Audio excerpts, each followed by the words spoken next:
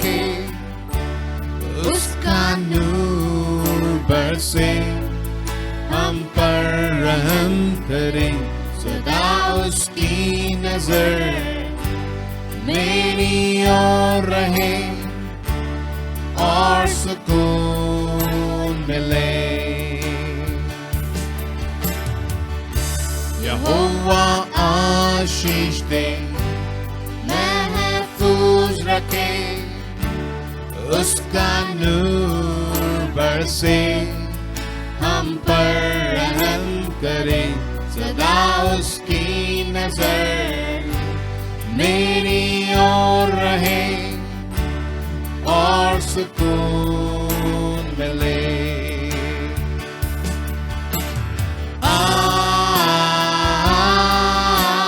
आमीन, आमीन, आमीन।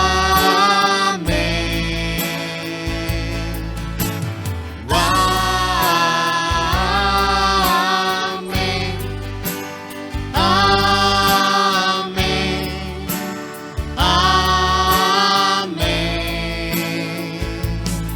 मेहरबान वो तुझ पर हो, हजारों पुश्तों तक तेरा घराना, औलादे उनकी भी औलादे। मेहरबान वो तुझ पर हो, हजारों पुश्तों तक तेरा घराना, औलादे उनकी भी औलादे। तेरी ढाल हो, चट्टान हो, तेरा गढ़ हो, पासबा हो, तेरा इनाम हो, इमाम हो। यीशु ही है हमेशा तेरे आगे, तेरे पीछे, तुझे घेरे, हाथ थामे, तुझ में ही संग तेरे, हर सवेरे हर शाम में, तेरे आने जाने में, हर गम में खुशियों में। यीशु है तेरे लिए, यीशु है तेरे लिए, यीशु है तेरे लिए, यीशु है तेरे लिए, यीशु है तेरे लिए। आमीन, आमीन, आमीन।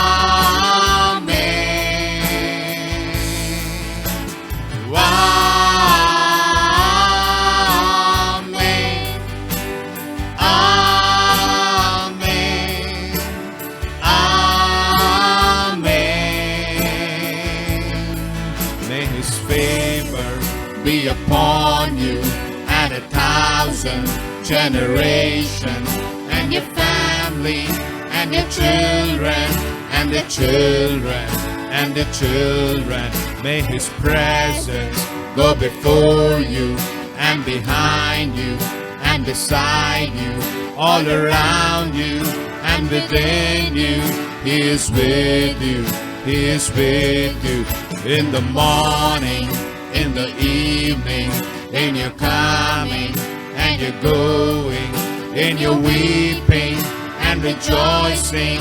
He is for you, he is for you, he is for you, he is for you, he is for you, he is for you, he is for you, he is for you, he is for you, he is for you. Amen,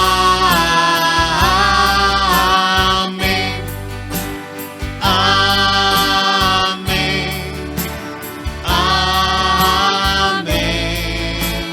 amen, amen,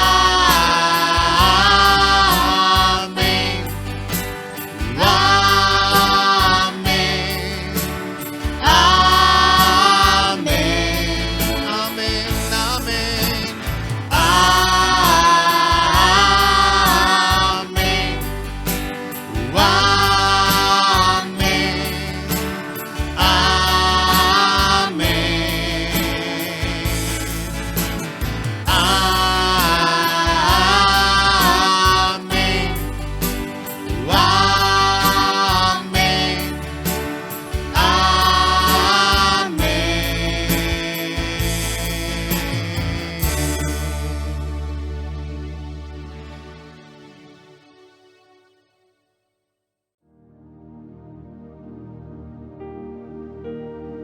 सबको जय मसीह की। फिर से एक बार आज की शाम हम यहाँ पे एकत्रित हुए हैं ताकि हम परमेश्वर के वचन को सुन सके।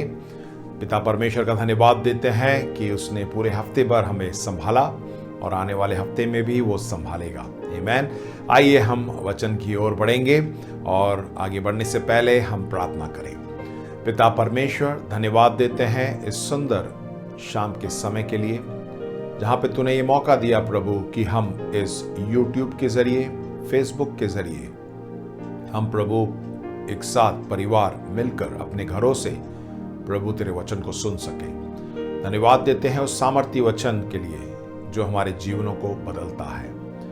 आज की शाम पिता परमेश्वर, मैं अपने आप को भी नम्र और दीन करता हूँ। तू मुझे इस्तेमाल कर, मुझे अभिषेक कर, तेरा वचन मेरे द्वारा तेरे लोगों तक पहुँचने पाए।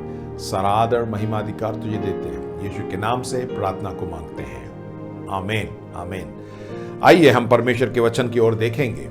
हमारा परमेश्वर जो है बहुत ही प्रेमी परमेश्वर है।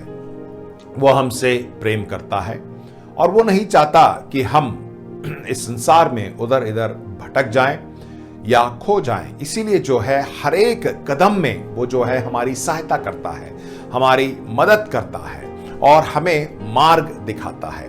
आज के संदेश हम देखेंगे उत्पत्ति उसका 26वां अध्याय, पहला और दूसरा वचन में आपके लिए पढ़ूंगा, जहां पर हम ईसाक के बारे में देखते हैं। और परमेश्वर जो है ईसाक से बातें कर रहा है जब उसके देश में अकाल पड़ जाता है। देखिए उत्पत्ति 26:1 और 2। उस देश में अकाल पड़ा वह या उस पहले अकाल से अलग था जो अब्राहम के दिनों में पड़ा था।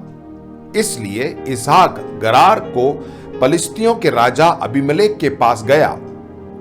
वहां यहोवा ने उसको दर्शन देकर कहा, मिस्र में मत जा, जो देश मैं तुझे बताऊंगा उसी में रह।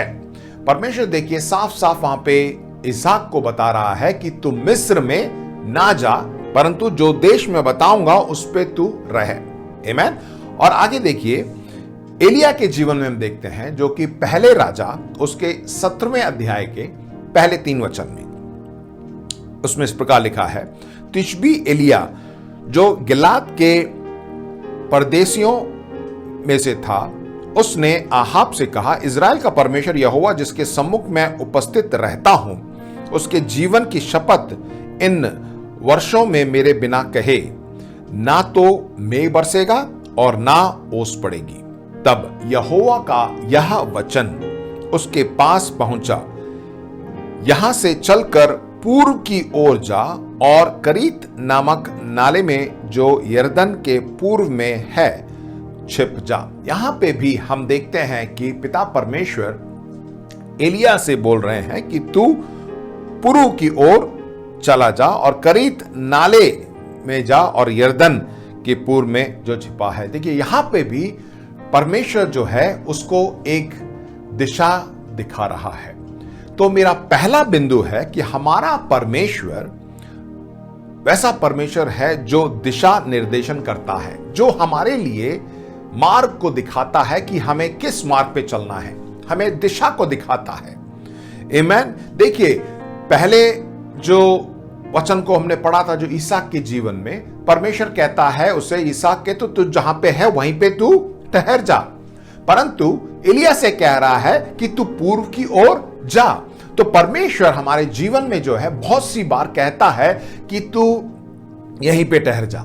बहुत सी बार हम सोचते हैं कि हाँ एक नया व्यवसाय में शुरू करने वाला हो या कुछ एक नई चीज में शुरू करने वाला हो, तो परमेश्वर कभी कभार कहता है कि यहीं पे रुक जा, इसको मत कर, इसको तू कर, इस जगह पे जा, इस जगह पे मत जा। तो जैसे यहां पे वचन में देखते हैं, जब हम उस वचन के अनुसार जब हम उसकी बातों को मानते हैं, तो देखिए ईसाक के जीवन में उत्पत्ति उसके 26वें अध्याय में ही यदि आप 12वें वचन को पढ़ेंगे, उसमें ऐसा लिखा है, फिर ईसाक ने उस देश में जोता बोया और उसी वर्ष में 100 गुना फल पाया और यहोवा ने उसको आशीष दी। आमीन। यदि हम परमेश्वर की आशीष अपने जीवन में देखना चाहते हैं तो परमेश्वर जैसा कहता है वैसे ही हमें करना होगा। और एलिया के जीवन में यदि हम देखें, एलिया ने भी जो है परमेश्वर के वचन को माना। और यहां पे देखिए क्या लिखा हुआ है चौथे वचन में, पहला राजा 17वें अध्याय के चौथे वचन पे ऐसा लिखा हुआ है कि उसी नाले का पानी तू पिया कर, और मैंने कौवों को आज्ञा दी है कि वे तुझे वहां खिलाएं। क्योंकि पूरे जगह में जो है, देश में जो है अकाल पड़ा हुआ है, कहीं पे भी कुछ नहीं मिलेगा, परंतु परमेश्वर ने जो है वहां पर एलिया के लिए सब कुछ बना के रखा है कि कौवा जो है वहां पे उसको खिलाएगा। आमीन। तो परमेश्वर जो है चाहे कैसी भी परिस्थिति हो हमारी पूर्ति करता है। तो मेरा जो पहला बिंदु था कि परमेश्वर जो है हमारे लिए दिशा निर्देशन करता है। इसीलिए सबसे पहले जैसे मत्ती 6:33 में लिखा हुआ है कि इसलिए पहले तुम परमेश्वर के राज्य और धार्मिकता की खोज करो तो ये सारी वस्तुएं तुम्हारी हो जाएंगी। ये सारी वस्तुएं, हमें परमेश्वर के राज्य, उसकी धार्मिकता यानी परमेश्वर का जो वचन है, उस वचन को जब हम पढ़ते हैं, उसको मानते हैं, उसके अनुसार हम चलते हैं, तो ये सारी वस्तुएं, सब वस्तुएं का मतलब है सब वस्तुएं हमारी हो जाएंगी। आमीन, हालेलुया। देखिए बहुत सी बार परमेश्वर हम सोचते हैं कि जैसा मैं चाहता, जैसा मैं सोचता हूं वैसे ही परमेश्वर करेगा। नहीं। यदि हम देखें बाइबल में, पुराने नियम में, मूसा को परमेश्वर ने कहा था एक जगह पे उस चट्टान पर जाके तू मार, वहां पे पानी निकलेगा, और दूसरी जगह पर उसने बोला था कि सिर्फ तू बोल और वहां पे पानी आएगा। तो परमेश्वर जो है अलग अलग तरीके से हमसे बातें करता है। हमें पूछना नहीं है प्रभु ऐसा क्यों। अगर परमेश्वर कहता है यहां नहीं जाना तो हमें नहीं जाना, हमें नहीं पूछना चाहिए कि क्यों नहीं जाऊं। या परमेश्वर कहता है इस चीज को नहीं करना तो हमको नहीं पूछना चाहिए कि हम क्यों नहीं करें, पर जैसा वो कहता है वैसा ही हमें करना है। क्योंकि परमेश्वर का वचन जैसे इसमें लिखा हुआ है कि हमें जो है पवित्र आत्मा से चलाए चलना चाहिए। वचन में ऐसा लिखा है जो पवित्र आत्मा से चलाए चलता है वो परमेश्वर का पुत्र कहलाता है। और हम परमेश्वर की संतान है कि नहीं? परमेश्वर की संतान है। इसलिए हमें पवित्र आत्मा की अगुवाई में चलना, जैसा पवित्र आत्मा हमसे बोलता है उसी प्रकार हमें उसको मानना है। अब बहुत सी बार हम सोचते हैं कि पादरी साहब मुझको तो परमेश्वर मुझसे कुछ बोलता नहीं है। नहीं, हाँ प्रिय, परमेश्वर हर किसी से बोलता है। जब हम वचन को पढ़ेंगे परमेश्वर वचन के द्वारा हमसे बातचीत करेगा। अब यह प्रश्न उठता है कि क्या हम जो है परमेश्वर के साथ उस घनिष्ठता का संबंध हम रख रहे हैं? हमारा जो संबंध परमेश्वर पिता के साथ है वो इतना गहरा है, इतना घनिष्ठ है कि हम उसकी आवाज को सुन सकें। क्योंकि परमेश्वर का वचन यूं भी कहता है कि मेरी भेड़ मेरी आवाज को पहचानती है। यदि प्रभु यीशु मसीह हमारा अच्छा चरवाहा है तो हम भेड़े जो हैं अपने चरवाहे की आवाज को सुन सकते हैं। और परमेश्वर जो है जब बातें करता है हम उसे सुन सकते हैं। इसलिए प्रियो, पवित्र आत्मा की अगुवाई में चलें और परमेश्वर जो है हमारे लिए एक अच्छा मार्ग दिखाएगा। वो हमारी अगुवाई करता है। आमीन, हालेलुया। अब हम आगे बढ़ेंगे। दूसरा जो बिंदु है, हमारा परमेश्वर जो पूर्ति करता है। हमने देखा पिछले दोनों वचनों को जब हमने पढ़ा, ईसाक के समय में और एलिया के समय में, दोनों समय में जो है अकाल की परिस्थिति थी। और उस अकाल में भी जब हम देखते हैं कि ईसाक ने जो है 100 गुना काटा, फसल को काटा। और एलिया के जीवन में भी हमने देखा कि परमेश्वर ने कहा कि तू उस करीत नाले के पास जा और वहां पे कौवे को उसने आज्ञा दी है कि उसको खाना लाके दे। तो कहने का मतलब यह है कि हम जिस किसी परिस्थिति में हो, जब हम परमेश्वर की बात को मानेंगे तो परमेश्वर अपनी आशीष को जरूर हमें देगा। वो कैसे भी दे सकता है, परंतु हमें क्या करना है? जैसा परमेश्वर कह रहा है, जहां वो कह रहा है, जिस किसी के पास हमें जाना है, जैसा वो कहता है वैसे हमें मानना है। और उसी जगह पे परमेश्वर अपनी आशीष को जो है हमारे ऊपर उंडेलेगा, हमें देगा। वो यहोवा यीरे है। चाहे अकाल पड़ जाए, परंतु यहोवा यीरे जो परमेश्वर है हमारी पूर्ति करता है, हमारी सारी जरूरतों को पूरा करता है, चाहे वो भावनात्मक हो, आर्थिक हो या शारीरिक हो। परमेश्वर का वचन कहता है फिलिपियों 4:19 में, मेरा परमेश्वर भी अपने उस धन के अनुसार जो महिमा सहित मसीह यीशु में है तुम्हारी हर एक घटी को पूरी करेगा।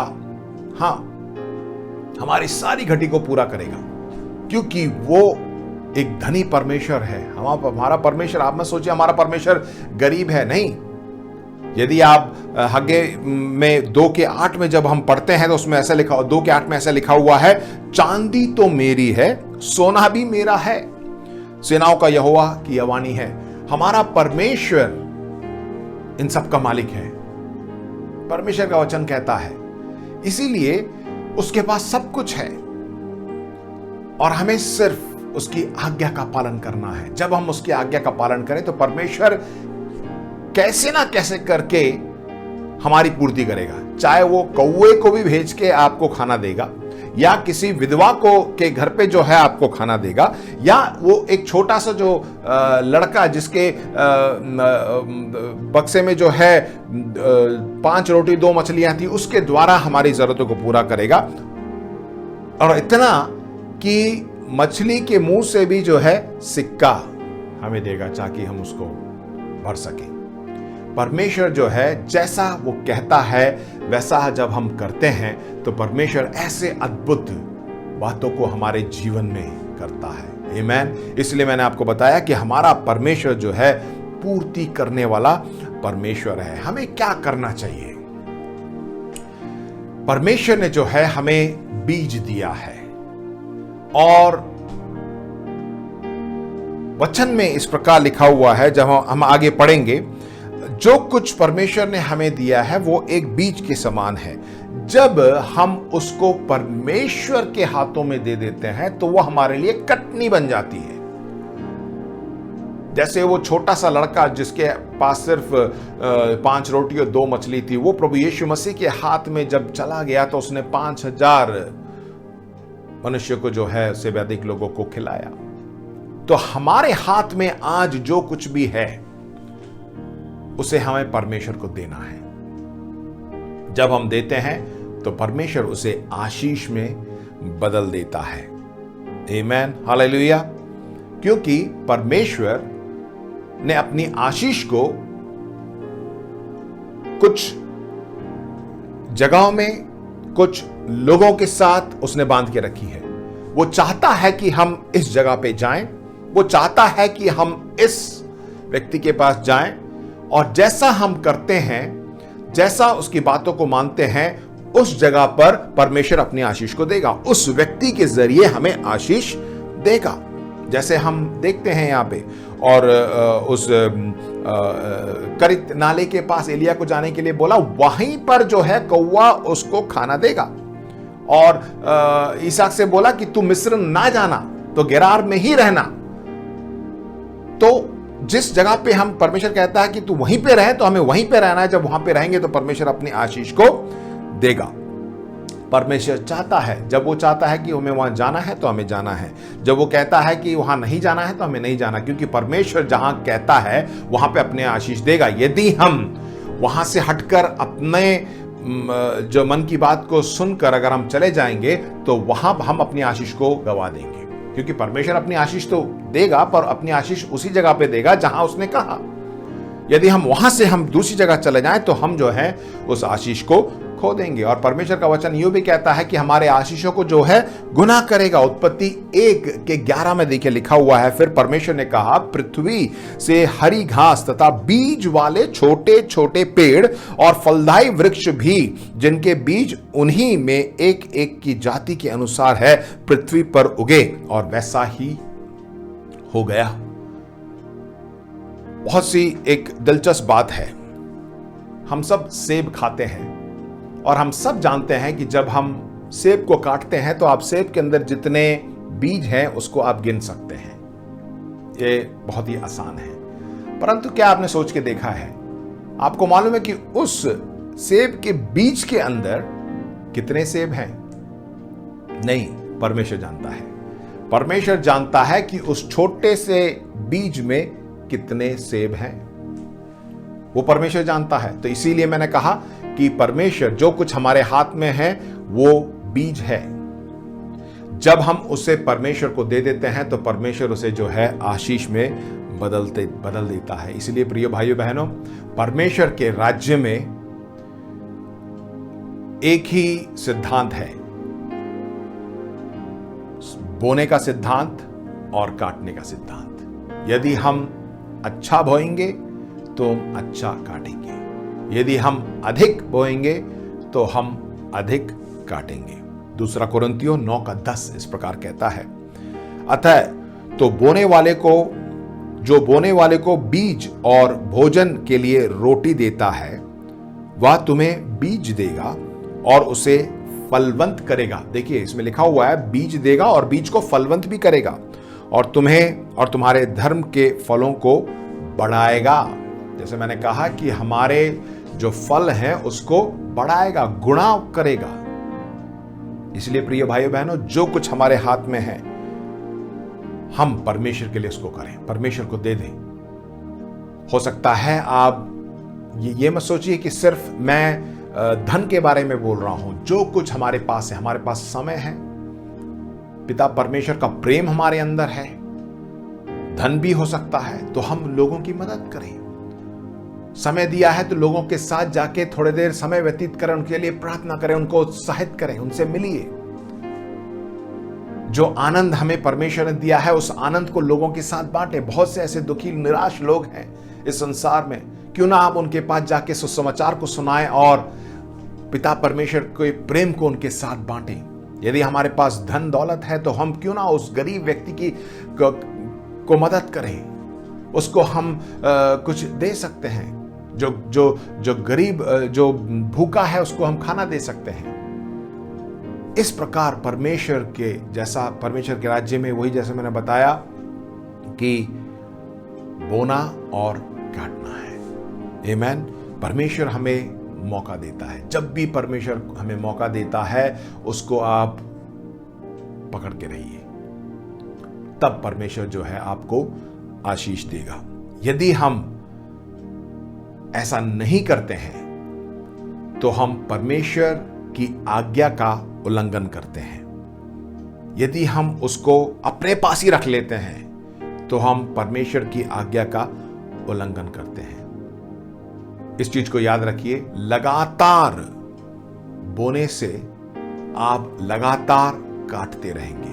फिर से मैं कहूंगा, यदि आप लगातार बोते रहेंगे तो आप लगातार काटते रहेंगे, क्योंकि परमेश्वर का वचन कहता है उत्पत्ति 8:22 में, अब से जब तक पृथ्वी बनी रहेगी तब तक बोने और काटने का समय, ठंड और तपन, धूपकाल और शीतकाल, दिन और रात निरंतर होते चले जाएंगे। परमेश्वर का वचन शुरुआत में ही ऐसा कहता है।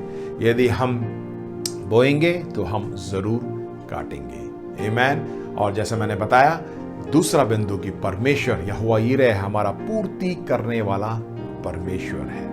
और अब आखिरी जो बिंदु है, तीसरा बिंदु यह है कि हमारा परमेश्वर जो पुनः स्थापन करता है।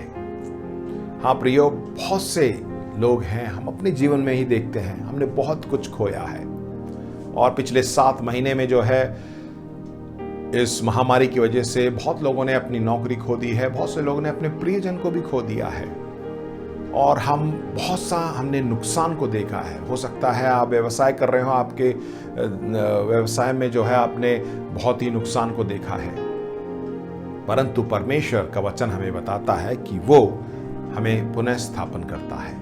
जो कुछ हमने खोया है उसको वापस देता है। हम देखेंगे वचन में, भजन संहिता 23 के 3 वचन में हम हमेशा इसको बोलते हैं, याद करते हैं, वह मेरे जी में जी ले आता है, धर्म के मार्गों में वह अपने नाम के निमित्त मेरी अगुवाई करता है। वो मेरी अगुवाई करता है, वो मुझे तृप्त करता है और वो मेरी अगुवाई करता है।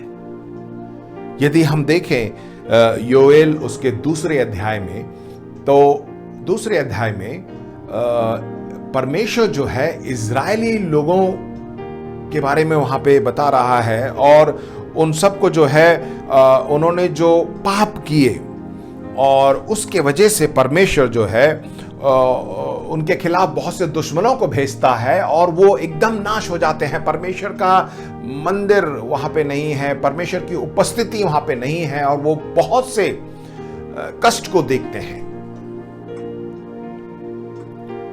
परंतु परमेश्वर, जैसे मैंने शुरुआत में बताया कि वो बहुत ही प्रेमी है, वो हम पे दया करता है। उसने जो है अपने लोगों को, इजरायली लोगों को एक और मौका दिया। परमेश्वर ने जो है उनको एक मौका दिया और परमेश्वर उनसे कहता है कि तुम ऐसा मत करो, इस तरह मत कराओ। जैसे मैंने शुरुआत में बताया कि तुम वहां पे मत जाओ, इसहाक से कहा, वैसे ही परमेश्वर कहता है कि तुम ऐसे पाप मत करो। परंतु जानबूझकर यदि हम उसको फिर से करेंगे तो हम अपने आप को ही चोट पहुंचाएंगे, और परमेश्वर कभी नहीं चाहता कि हम अपने आप को चोट पहुंचाएं और हम दुखी हो, हम निराश हो, हम बीमार हो, हम तकलीफ में रहें। नहीं, परमेश्वर बिल्कुल नहीं चाहता, क्योंकि जैसे मैंने बताया वो हमारा प्रेमी परमेश्वर हमसे बहुत प्रेम करता है। कभी कभार हम विश्वासियों को देखते हैं, विश्वासी है कलीसिया में, परंतु वो उसी स्तर में रहते हैं, आज से 5 साल पहले जैसे थे, आज से 10 साल पहले जैसे थे, वैसे के वैसे ही। नहीं, परमेश्वर ऐसा नहीं चाहता। परमेश्वर का वचन कहता है कि अब तक तो तुम्हें जो है परिपक्व हो जाना चाहिए, आप सिर्फ अभी भी जो है आप दूध पी रहे हैं।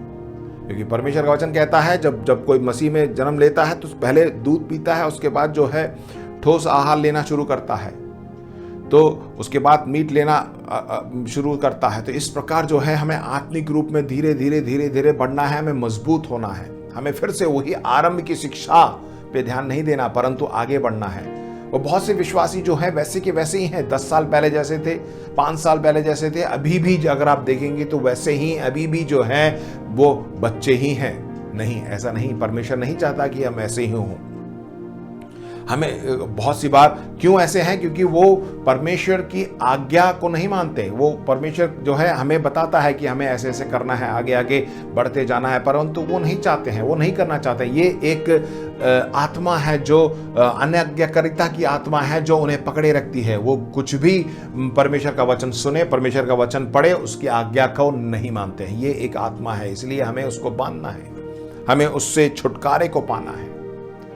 जैसे इजरायली लोग, उन्होंने ऐसा किया, परंतु परमेश्वर हमें एक और मौका देता है।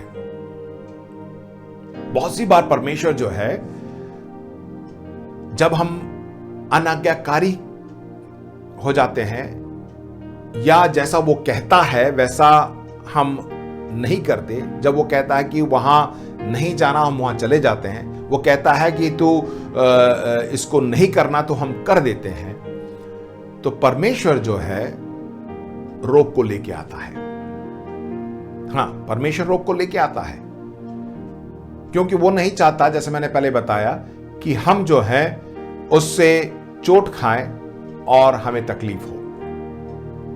यदि हम देखें योएल की किताब, उसके दूसरे अध्याय के 25वें वचन में साफ साफ यहां पे लिखा हुआ है, जिन वर्षों की उपज अरबे नामक टिड्डियों और येलेक और हासील ने और गाजाम नामक टिड्डियों ने, अर्थात मेरे बड़े दल ने, जिसको मैंने तुम्हारे बीच भेजा,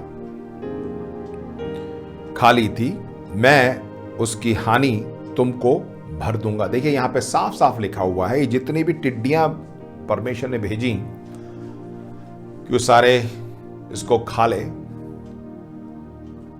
लिखा हुआ कि परमेश्वर ने उसे भेजा है। तो बहुत सी बार परमेश्वर जो है हमारे जीवन में ऐसे रुकावटों को लेके आता है, परमेश्वर जो है ऐसी परिस्थिति को लेके आता है। क्यों? क्योंकि वो नहीं चाहता है कि हम अपने आप को नाश कर दें, वो चाहता है कि हम उस पर भरोसा करें। परमेश्वर ये चाहता है कि हमारा ध्यान जो है उस पर जाए। हम जो है प्रभु यीशु मसीह के चेहरे को ताकें। इसीलिए जो है वो इन बातों को लेके आता है। जब हम उसकी बात को मान लेते हैं, जैसे इसमें लिखा हुआ है, मैं उसकी हानि तुमको भर दूंगा। वो जो है हमें फिर से पुनः स्थापन करेगा जो कुछ हमने खोया है, परंतु हमें सिर्फ क्या करना है, वापस लौटना है। और वो नहीं चाहता कि हम वैसे ही रहें, निराश रहें, गरीबी में रहें, उस तकलीफ में रहें, उस बीमारी में रहें। नहीं, वचन कहता है कि वो फिर से जो है, जो कुछ हमने खोया है, हम उसे वापस पा लें। जैसे मैंने बताया कि बहुत सी बार परमेश्वर जहां कहता है वो अपनी आशीष को उंडेलेगा, पर उस स्थान पर हम नहीं रहेंगे तो हम उसको खो बैठेंगे। जब ऐसी तकलीफ आ जाती है तो हमें जो है अपने आप को देखना है, जांचना है और अपने मन को फिराना है और परमेश्वर के पास आ जाना है। जैसे मैंने बताया कि हम परमेश्वर की ओर हम अपने ध्यान को दें, प्रभु यीशु मसीह के चेहरे को हम ताकें। बहुत सी बार हम सोचते हैं कि परमेश्वर अपनी आशीष जैसा मैं सोचता हूं वैसे ही देगा। बहुत सी बार परमेश्वर ऐसी आशीष नहीं देता, परमेश्वर अपने तरीके से देता है। हमारे मन में आप सोच भी नहीं सकते, हम सोच भी नहीं सकते। हम सोचते हैं कि अगर मैं ऐसा करूंगा तो परमेश्वर मुझे आशीष देगा। नहीं, परमेश्वर जैसा कहता है उसे करने पर हमें आशीष मिलेगी। अब परमेश्वर के अपने तरीके हैं, वो अपने तरीके से हमें देता है। जैसे मैंने शुरुआत में कहा, कौवे को बेच के आपकी पूर्ति करेगा, आपको खाना खिलाएगा। विधवा के घर में जो है आपके लिए खाना बना के देगा। परमेश्वर अपने तरीके से काम करता है, वो अद्भुत तरीके से वो काम करता है। इसलिए प्रिय भाइयों बहनों, इन तीनों बातों को आप ध्यान से आप इस पे मनन करिए, बार बार इसको मनन करिए, क्योंकि मैंने जैसे बताया, सबसे पहला बिंदु दिशा देने वाला परमेश्वर है। वो हमें दिशा दिखाता है, किस मार्ग पे हमें चलना है वो हमें बताता है। हमारा परमेश्वर जो है पूर्ति करने वाला परमेश्वर है, यहोवा यीरे है। जब उसके कहे हुए वचन पर हम चलते हैं तो हमारी सारी जरूरतों को पूरा करता है। और तीसरी बात, हमारा परमेश्वर पुनः स्थापन करने वाला परमेश्वर है। जो कुछ हमने खोया है वो वापस करेगा। सिर्फ हमें अपने मन को फिरा के जैसा वो कहता है वैसे ही हम चलना है। हाँ प्रियो, इन वचनों से मैं आपको उत्साहित करना चाहता हूं। जो कुछ आज आपने वचन को सुना है, विश्वास करिए। हमें सिर्फ विश्वास करना है, परमेश्वर के वचन पर विश्वास करना है, क्योंकि वो सभी काम जो विश्वास से नहीं होते हैं वो पाप है, परमेश्वर का वचन कहता है। इसलिए हमें विश्वास करना है, परमेश्वर के वचन पर विश्वास करना है, तो परमेश्वर हमें आशीष देगा। आमीन। मैं आशा करता हूं कि परमेश्वर ने आपसे बातें की होगी और आप इस पूरे हफ्ते भर इस वचन को मनन करिए। परमेश्वर आपसे भी बातें करेगा और आपकी अगुवाई करेगा। आमीन। आइए हम प्रार्थना करें। पिता परमेश्वर, धन्यवाद देते हैं सुंदर वचन के लिए। हम अपने आप को नम्र और दीन करते हैं प्रभु। तूने अपनी योजना के अनुसार तूने अपने आशीषों को प्रभु, हमारी आशीषों को तूने जगह जगह तूने बना के रखी है। हम सिर्फ प्रभु तेरी आज्ञा का पालन करना चाहते हैं। जैसा तेरा वचन कहता है वैसे ही प्रभु हम करना चाहते हैं। तू हमारी सहायता कर। हम तेरे उस आवाज को सुनना चाहते हैं। पवित्र आत्मा की अगुवाई में हम चलना चाहते हैं। तू हमसे बातचीत कर। धन्यवाद देते हैं, तू हमसे प्रेम करता है प्रभु। बहुत सी बार प्रभु हम तेरे आज्ञा का उल्लंघन करके प्रभु हम दूर हो जाते हैं, परंतु तू वहां पर भी प्रभु तू हमारी आवाज को सुनता है, तुम्हारी प्रार्थना को सुनता है और तू हमें हमारी मदद करता है। धन्यवाद देते हैं उन आशीषों के लिए जो तूने हमारे लिए बना के रखी है, हमारे प्रिय भाई बहनों के जीवन के लिए तूने बना के रखी है। हम अपने आप को फिर से एक बार नम्र दीन करते हैं। तू हमारी अगुवाई कर। सारा आदर, महिमा, अधिकार तुझे देते हैं। प्रभु यीशु मसीह के पवित्र नाम से इस प्रार्थना को मांगते हैं। आमीन आमीन। आइए हम सब मिलकर अनुग्रह वचन एक साथ बोले। प्रभु यीशु मसीह का अनुग्रह, पिता का प्रेम और पवित्र आत्मा की सौभाग्यता हम सबों के साथ सदा सदा के लिए बनी रहे। आमीन। प्रभु आपको आशीष दे।